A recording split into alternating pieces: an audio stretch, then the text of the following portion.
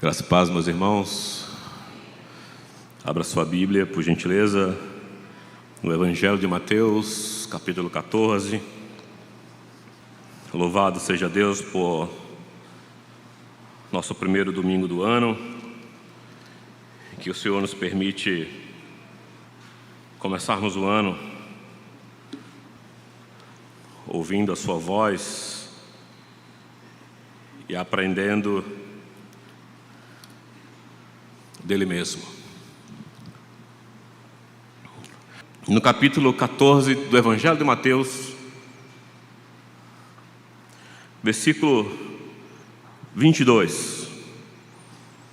Logo a seguir, compeliu Jesus os discípulos a embarcar e passar adiante dele para o outro lado, enquanto ele despedia as multidões. E despedidas as multidões, subiu ao monte a fim de orar sozinho. Em caindo a tarde, estava ele só. Entretanto, o barco já estava longe, a muitos estádios da terra, açoitado pelas ondas, porque o vento era contrário. Na quarta vigília da noite, foi Jesus ter com eles, andando por sobre o mar. E os discípulos, ao verem-no andando sobre as águas, ficaram aterrados e exclamaram: "É um fantasma!" E tomados de medo, gritaram. Mas Jesus imediatamente lhes disse: "Tende bom ânimo, sou eu, não temais." Respondeu-lhe Pedro, disse: "Se és tu, Senhor, manda-me ter contigo por sobre as águas." Ele disse: "Vem."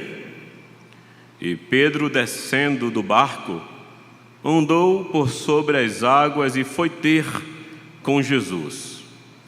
Reparando, porém, na força do vento, teve medo e, começando a submergir, gritou: "Salva-me, Senhor!" E prontamente Jesus, estendendo a mão, tomou e lhe disse: "Homem de pequena fé, por que duvidaste?" Subindo ambos para o barco, cessou o vento. E os que estavam no barco o adoravam, dizendo: "Verdadeiramente és Filho de Deus." Convido você a orar nesta hora comigo. Pai,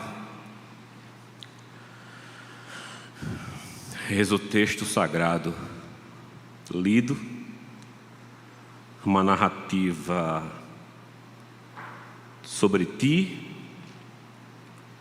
um evento, mas precisamos do Espírito e da vida que há na tua palavra. Rogo-te que nos mostres a tua glória,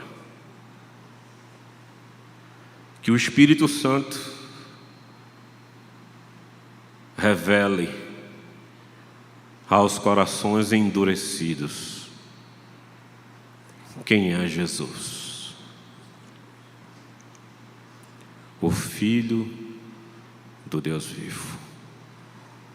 Ó Espírito Santo, nos consola, nos exorta, nos edifica, nos salva, nos perdoa os pecados, Senhor, e nos ajuda com a tua palavra, em nome de Jesus. Temos um cenário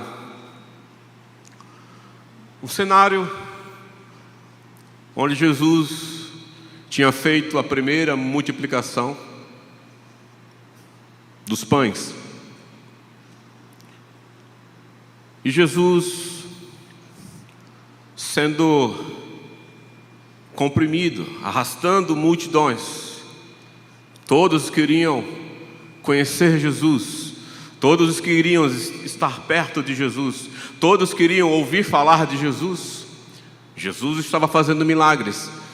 Ora, Jesus acabara de saciar a fome. Jesus acabara de fazer um milagre extraordinário. Jesus estava com a sua fama sendo percorrida por toda a Judéia, as circunvizinhanças. Jesus estava sendo buscado. As pessoas queriam estar com Jesus. Estar com Jesus, estar próximo de Jesus, trazia benefícios físicos, moléstias, curas. Pessoas eram curadas, demônios eram expelidos, toda sorte de doenças. Nada suportava a presença gloriosa do Filho de Deus. Jesus, extraordinariamente, gloriosamente, poderosamente, estava ali. E nesse contexto do texto de Mateus, no versículo 22 do capítulo 14, logo a seguir compeliu Jesus aos seus discípulos a embarcar e passar adiante deles para o outro lado, enquanto ele despedia as multidões. Jesus tomou uma decisão.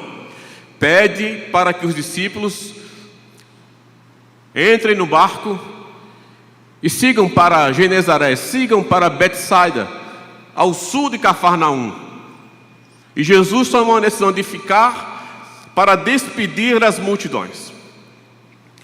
João vai dizer que nesta mesma passagem, que Jesus toma esta decisão porque as multidões queriam proclamá-lo rei. E Jesus precisava despedir aquelas multidões e faz com que os seus discípulos sigam adiante. Ele vai despedir as multidões, mas não somente isso. Versículo 23. E despedir as multidões, subiu ao monte a fim de orar sozinho. Em caindo a tarde, lá estava ele só. Eu quero fazer algumas considerações importantes sobre essa narrativa. E a primeira delas, nós encontramos aqui. Jesus subiu ao monte, observe, a fim de orar sozinho. Jesus queria ficar só. Jesus queria reservar um tempo de oração. O ministério e a vida do Santo Senhor fora marcada de uma vida de oração, de uma vida de submissão, de busca, de contemplação da face do seu Pai. Jesus se reservava para lugares secretos, para poder orar, para estar com o Senhor. E Jesus estava ali, como diz o texto, subiu ao monte a fim de orar sozinho. Interessante que na sequência diz, em caindo a tarde, estava ele só. Jesus estava só. Jesus estava orando. Enquanto isso, os discípulos estavam seguindo o seu caminho. E nós vemos aqui primeiro a devoção deste santo Senhor. Quando Jesus, em Mateus, no capítulo 4, quando ele sai da tentação, quando ele entra ali na sinagoga, que ele lê o livro, quando ele lê Isaías capítulo 61, a citação é que o Espírito do Senhor está sobre mim, pelo que me ungiu, para apregoar as boas novas aos quebrantados, para apregoar o ano aceitável do Senhor. A vida e devoção de Jesus. E Jesus estava orando. E diz o texto que, caindo a tarde, estava ele só. Algumas horas já haviam se passado. Jesus estava orando e nós não podemos avançar nesse texto sem considerar esse contexto de que enquanto Jesus orava, os discípulos estavam seguindo uma própria ordem de Jesus para Genezaré. E já era de tarde.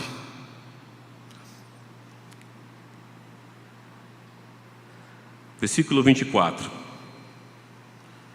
Entretanto, o barco já estava longe, a muitos estádios da terra, açoitado pelas ondas, porque o vento era contrário. Os estudiosos falam que eles estavam pelo menos a 5 quilômetros de distância da terra firme. Marcos vai dizer que eles estavam no meio do mar. E nós começamos agora a ver um cenário que não é um cenário comum e fácil de lidar, principalmente para homens experientes, para homens que lidavam com a pesca, que eram pescadores, que estavam acostumados com alguns eventos, como um mar agitado. E eles estavam a pelo menos 5 quilômetros. E a gente começa a ver aqui um cenário pelo qual os discípulos estão inseridos. O texto diz aí no versículo 24, que eles estavam longe, a muitos estádios, por volta de 5 a 6 quilômetros. Observe essa palavra, açoitado pelas ondas, porque o vento era contrário. A palavra açoitado é a mesma que é usada para dizer que Jesus fora açoitado. Mateus está usando uma linguagem que o mar estava torturando e batendo com violência contra aquele barco. O barco dos discípulos estava sendo açoitado. O mar estava apresentando as suas mais ferozes e ávidas, turbulentes águas, a tortura sobre aquele barco. Mas não se esqueça, enquanto este cenário está acontecendo, primeiro, deles estarem no centro do mar. Muitas vezes nos parece que a vida, quando tudo não resta mais a acontecer, nós estamos no centro, no meio da situação. Porque os comentaristas falam que pelo diâmetro deste lago, que eles chamam de mar, esses 6 quilômetros dá justamente no centro deste mar. E o mar estava açoitando, batendo com agressividade. E muitas vezes a vida se apresenta assim para mim e para você. Muitas vezes, e eu quero trazer uma palavra para os cristãos. Eu não quero trazer um tom evangelístico. Eu não quero trazer um tom dessa mensagem sobre a salvação de Jesus. Mas eu quero falar para você que é crente, para você que é um cristão genuíno, que nasceu de novo, que tem enfrentado os açoites da vida. Muitas vezes temos e somos torturados pela vida, açoites de todos os lados, porque eles estavam ali no centro do mar, como vai narrar Marcos, no meio do mar. Mas não se esqueça, Jesus estava o quê? Orando.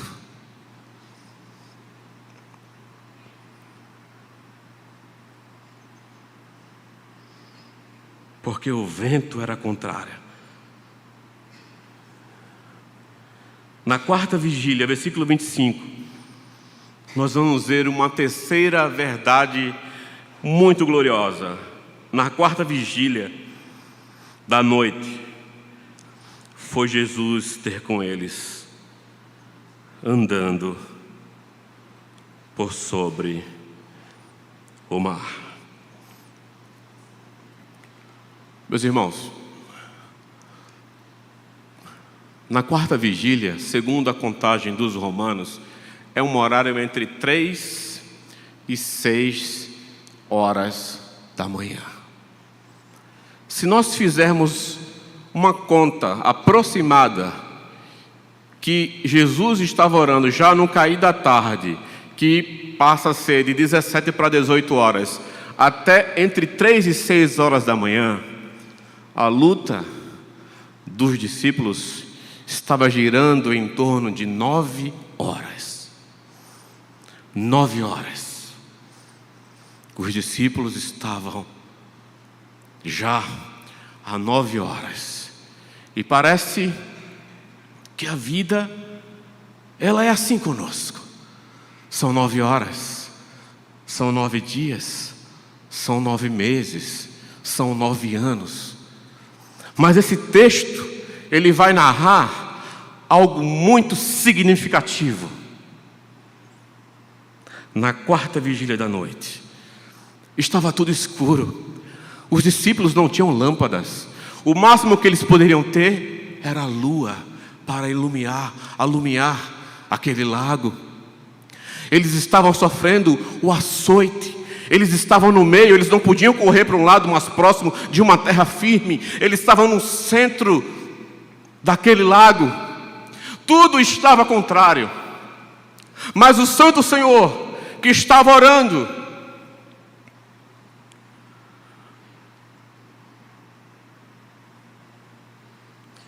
na quarta vigília da noite, foi Jesus ter com eles. E aí Jesus, este santo Jesus, este glorioso e poderoso Jesus, foi em direção dos seus discípulos. E este glorioso Jesus, ele vai andando por sobre o mar. Porque ele sabia que aqueles discípulos estavam sendo açoitados. O cenário de escuridão. Eu faço uma primeira aplicação.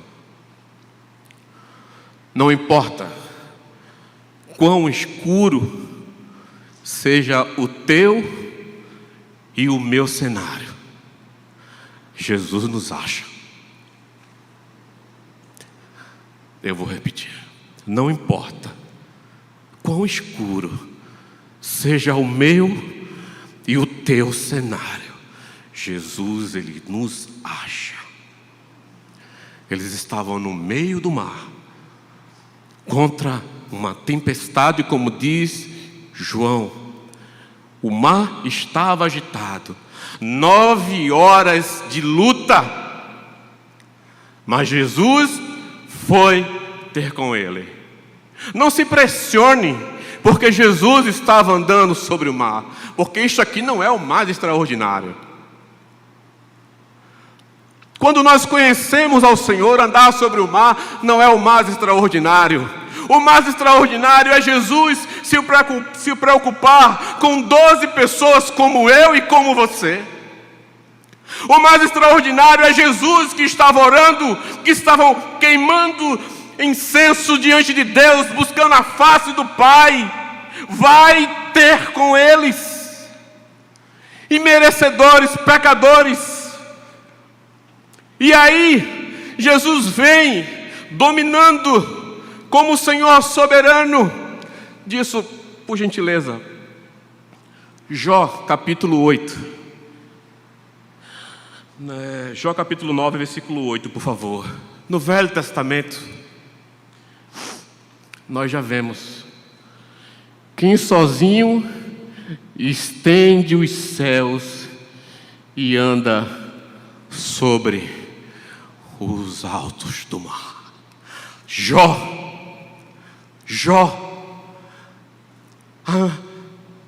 lá no Antigo Testamento, já estava declarando que Ele, o Senhor, anda sobre o mar.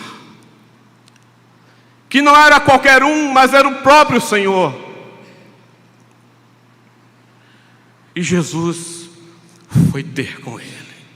Jesus ama pessoas. Jesus ama gente. Jesus gosta de gente. é a mulher do fluxo de sangue, é o endemoniado gadareno, os leprosos, esse tipo de gente, os pobres. Jesus é movido de compaixão, de íntima compaixão. Jesus é movido de uma verdade, de uma misericórdia, de uma graça absurda. E Ele está indo em direção aos seus discípulos.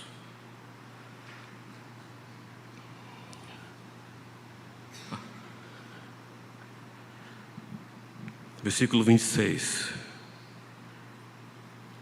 A quarta verdade. E os discípulos, ao verem-no andando sobre as águas, ficaram aterrados e exclamaram: é um fantasma. E tomados de medo, gritaram. A quarta verdade. Nós vemos o estado emocional desses discípulos. Primeiro, eles dizem: é um fantasma. Eles estavam no escuro, 9 horas, lutando contra aquele vento contrário, lutando contra aquela tempestade. 9 horas se passaram e nada acontecia. E a visão que eles têm, dentro daquele contexto de fúria do vento, das ondas, a primeira verdade que nós vemos é a crendice popular dos discípulos. É um fantasma. Ah, meus irmãos, nós podemos fazer confusões de quem é Jesus. A igreja faz confusão de quem é Jesus. Israel fez confusão de quem era Jesus. Jesus perguntou certa feita: quem dizem os homens que eu sou? Uns dizem que tu és Elias.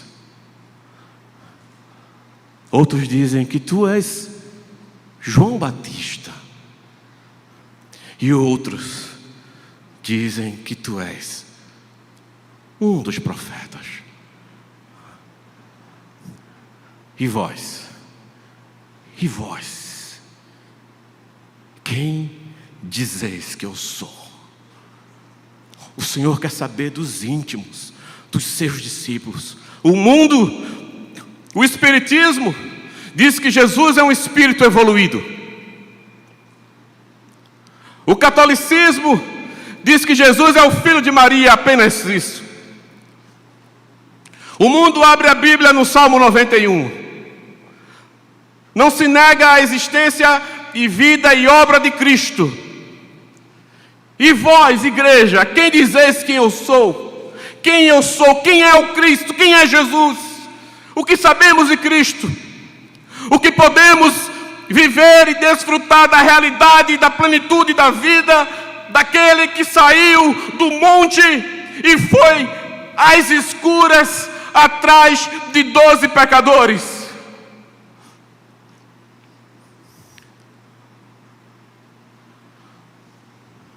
É um fantasma? Tem medo de pisar com o pé esquerdo, passar embaixo de escada na sexta-feira 13, ver gato preto, desvia? Parece brincadeira, mas é uma verdade. Medo de demônios, medo de assombração, medo disso e daquilo. A primeira foi a confusão, porque eles não reconheceram quem era o Cristo.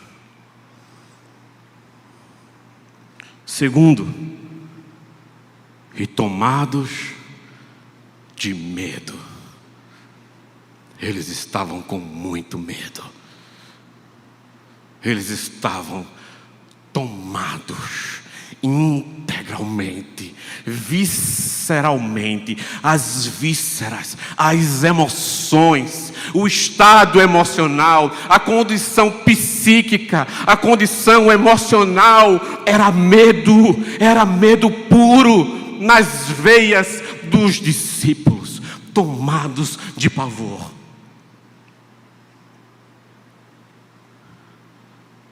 O termo original diz que poucos, a palavra usada aqui, que poucos sentiram tal medo, tal terror. Eles só tinham uma certeza: nós vamos morrer, porque nós estamos há 9 horas e agora aparece um fantasma. Se estava ruim, não poderia ficar pior.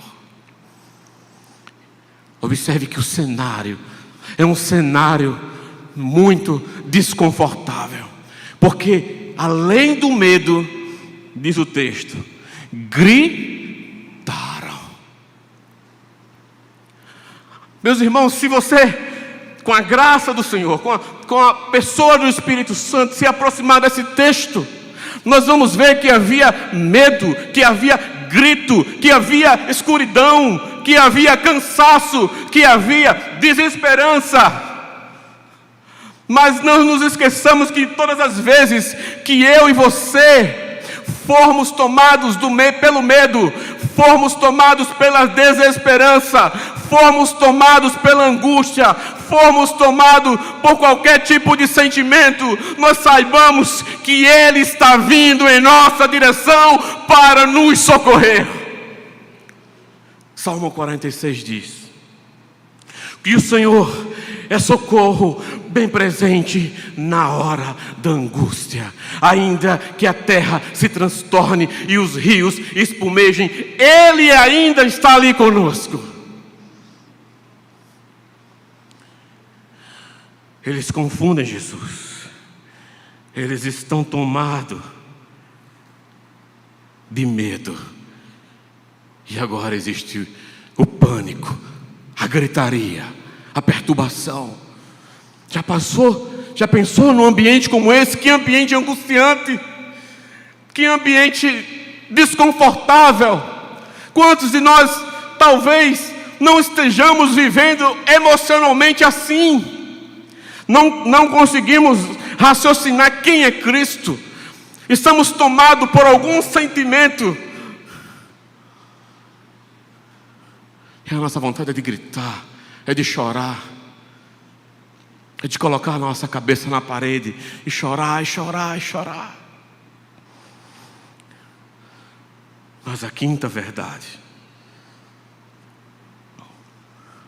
Mas Jesus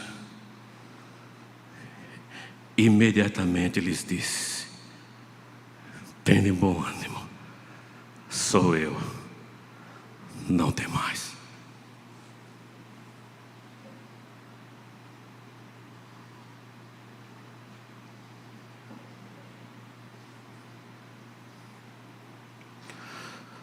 Jesus, conhecendo todo o cenário, libera palavras de conforto. Primeiro, Jesus disse: tende bom ânimo, tende coragem. É a mesma coisa. Tende bom ânimo, tenham coragem. Vocês não precisam ficar desesperados.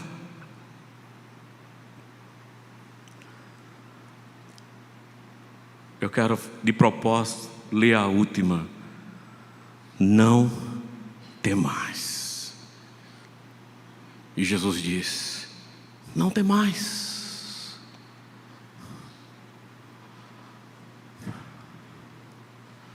Estamos começando um ano, 2022. Todo o cenário está aí. O Brasil, um presidente eleito, economia, Guerra civil, talvez sim, talvez não. Desemprego, seja lá o que for. Diagnósticos, prognósticos. Mas o Senhor diz: tenham coragem, não temas. Sabe por quê? Porque dessas 3 frases, a mais importante é a que ele diz: sou eu. Eu não posso viver tomado pelo medo, e eu posso ter coragem, porque o que ele disse foi: sou eu.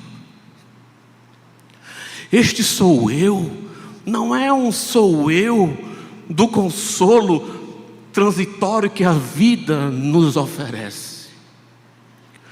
Este sou eu implica, esta simples frase, sou eu, implica em dizer que quem estava ali é aquele a quem toda a profecia do Velho Testamento profetizou sobre ele. É aquela profecia de Isaías no capítulo 43, que se tu passares pelas águas, eu passarei contigo, e as muitas águas não te submergirão. As profecias que estavam apontando para ele. Não era somente um curandeiro, não era somente um ressuscitador de pessoas, não era só um curador de lepras, não era só um curador de hemorragia, não era só um libertador de surdos e mudos, mas era o Messias, o profetizado, o amado do Pai. Quando ele estava lá no batismo: eis o meu filho amado, em quem minha alma tem todo o meu prazer. A ele ouvir. Quem estava ali? O sou eu. É aquele que disse: eu sou o caminho, a verdade e a vida. Também disse: eu sou a ressurreição e a vida. Também disse: eu sou a videira verdadeira. Eu sou o pão vivo que desceu do céu. É este eu sou que está em cima daquele mar. É este eu sou que está aqui nesta noite. É este eu sou que disse: eis que estarei convosco todos os dias da sua vida, até a consumação dos séculos. Ele estará conosco. Nada poderá impedir a presença do Senhor. Não importa o céu escuro, não importa as ondas, não importa os açoites, mas se Ele estiver sobre o mar, nós não precisamos temer. Louvado seja o nome do Senhor.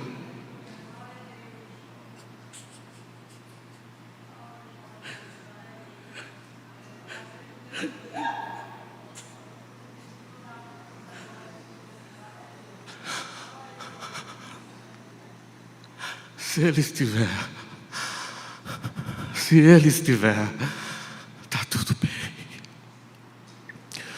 Não importa se as cravas dos mares estão arrancando as tuas costas. Se Ele estiver, é Ele. Sou eu. Sou eu.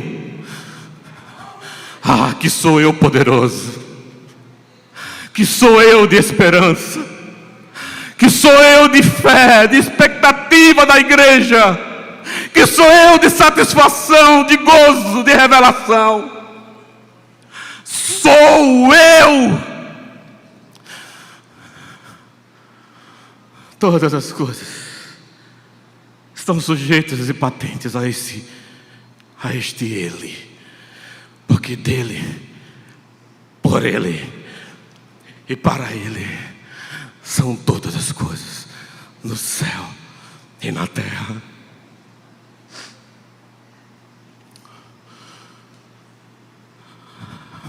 até o final desse ano, muita gente vai ser liberta nessa igreja.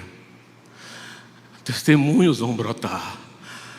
Eu estava orando por essa palavra. O Senhor vai curar, o Senhor vai libertar, o Senhor vai trazer esperança. O Senhor está trazendo esperança, o Senhor está fazendo uma obra nova. Eis que faço coisa nova, eis que colocarei um caminho no deserto e rio nos ermos. Eis que faço nova todas as coisas. Por isso que você pode ter bom ânimo. Esse ânimo, nenhum psicólogo vai te dar, respeitando todos eles. Nenhum comprimido, nenhuma terapia.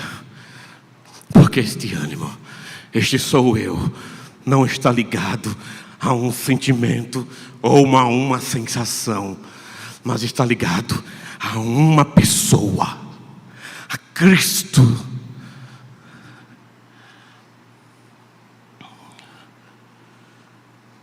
Tenha bom ânimo. Sou eu. Não tem mais. Sexta verdade. Respondeu-lhe Pedro, disse: se és tu, Senhor, manda-me ter contigo por sobre as águas. Ele disse: vem. E Pedro, descendo do barco, andou por sobre as águas e foi ter com Jesus. Reparando, porém, na força do vento, teve medo. E, começando a submergir, gritou: salva-me, Senhor.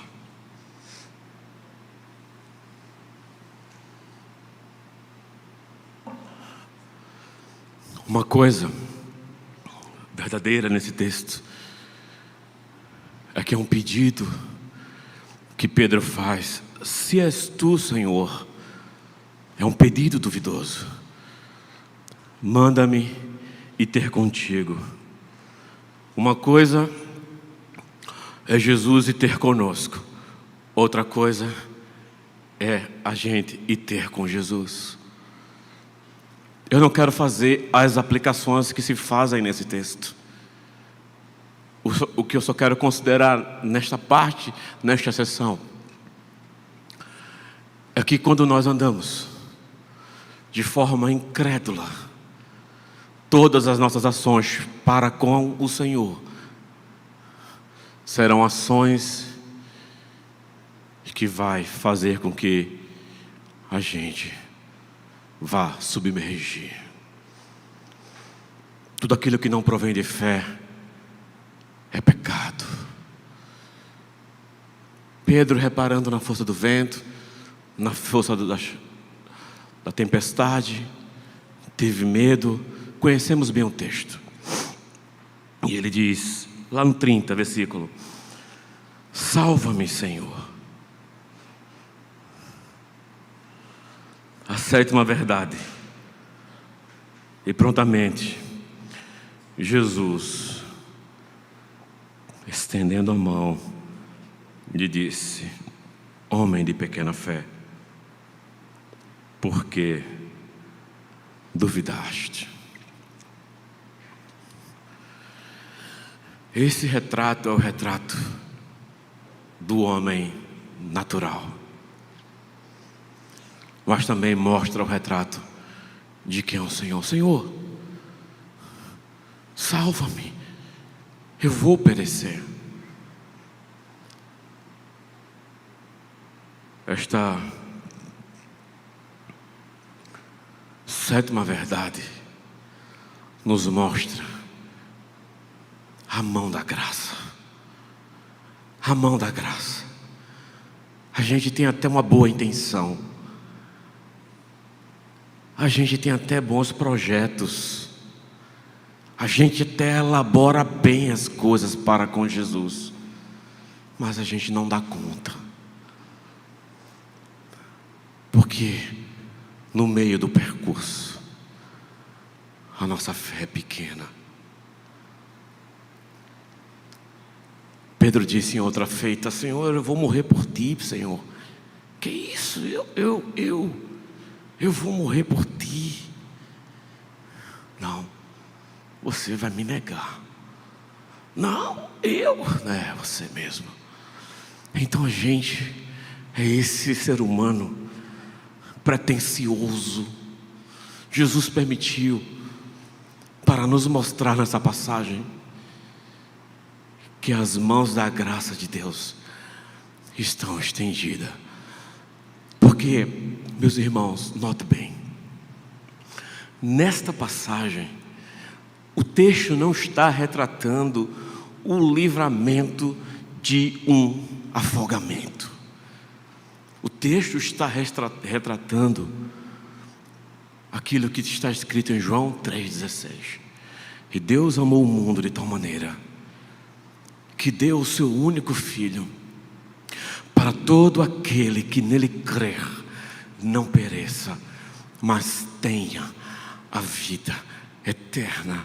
O texto está retratando que as mãos salvadoras do nosso Senhor estão estendidas para nos buscar no mais profundo abismo que a vida e o pecado nos levar.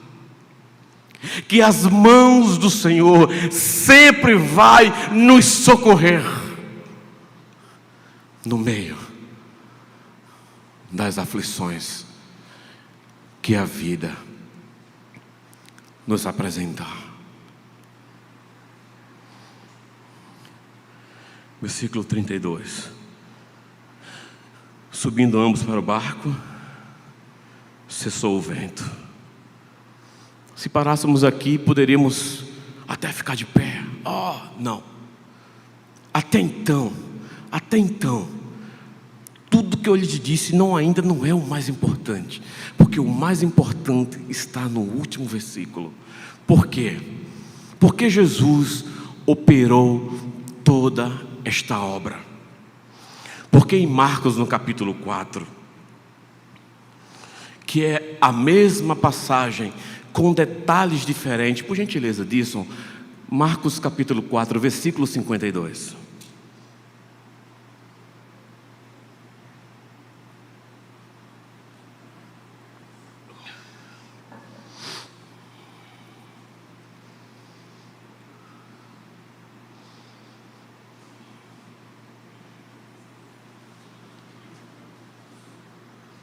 Marcos, está indo não? Marcos 4, 52, perdão, Marcos 6, 52.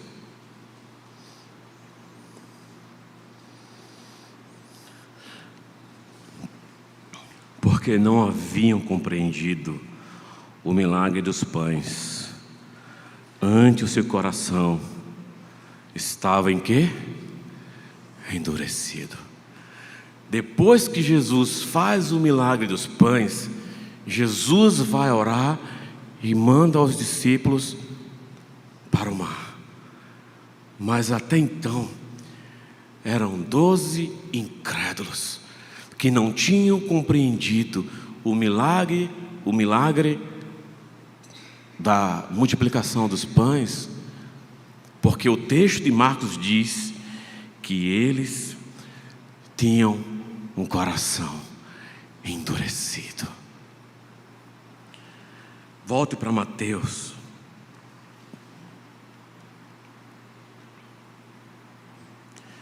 O resultado desta obra é que os que estavam no barco o adoraram, dizendo: verdadeiramente és Filho de Deus.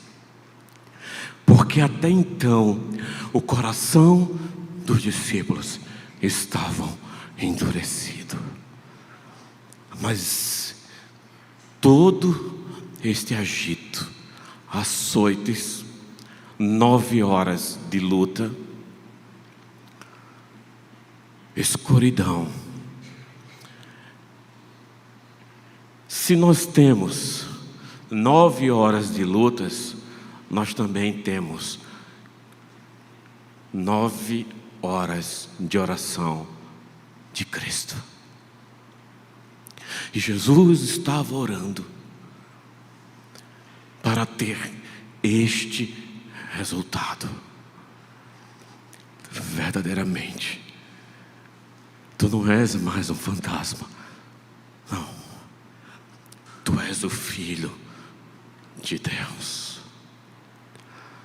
Tu és o ungido, o Messias, aquele que foi profetizado. Quem é Jesus para você, meu irmão e minha irmã? Os discípulos creram nesta obra que ele era o Filho de Deus. E o que foi que eles fizeram? Adoraram aquele que é digno de receber todo O louvor e toda a adoração. Tu és o Filho de Deus. Respondendo à pergunta de Mateus, quando eu lhes disse que quando Jesus perguntou: quem dizem os homens quem eu sou? Uns dizem que tu és João Batista, outros dizem que tu és Elias, outros dizem que tu és alguns dos profetas. E Jesus pergunta: em vós, quem dizeis que eu sou?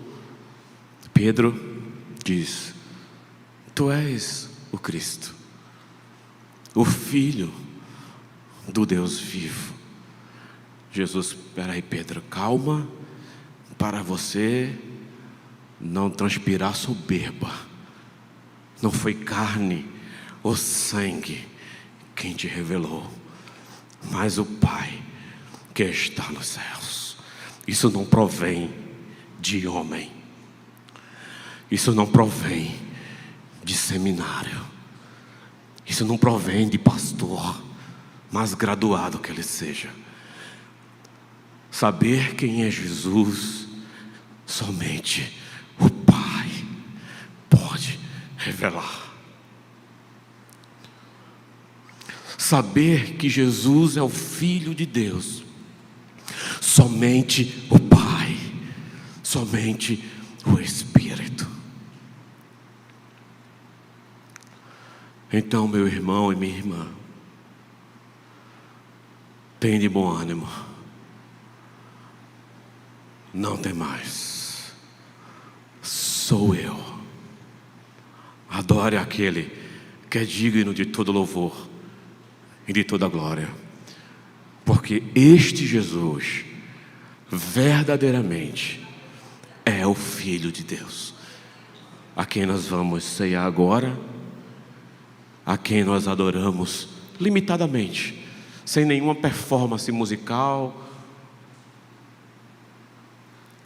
mas Ele é digno de todo louvor e de toda adoração.